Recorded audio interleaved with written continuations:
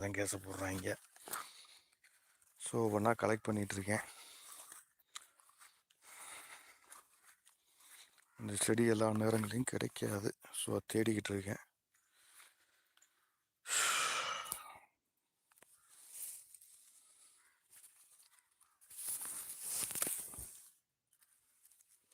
இந்த இருக்குது பார்த்தீங்களா, இதான் அந்த இது திருநீர் பச்சையில் ஸ்மெல் வரும்னு சொன்னேன் பார்த்தீங்களா, இதான் அந்த செடி. இதை நீங்களே கெஸ் பண்ணிக்கோங்க. இதுவும் ஒரு ஸ்மெல்லாக இருக்கும். இதுவும் அதோட சேர்க்கக்கூடியது தான்.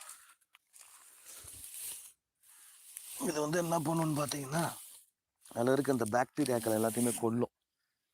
இது வந்து அதிகமாக கண்டென்ட்டில் எடுத்துக்கக்கூடாது. சும்மா லைட்டாக தான் எடுத்துக்கிறணும். ஒரு 20 செடி அந்த எடுக்கிறோம்னா அதில் ஒரு 5 செடி தான் எடுக்கணும்.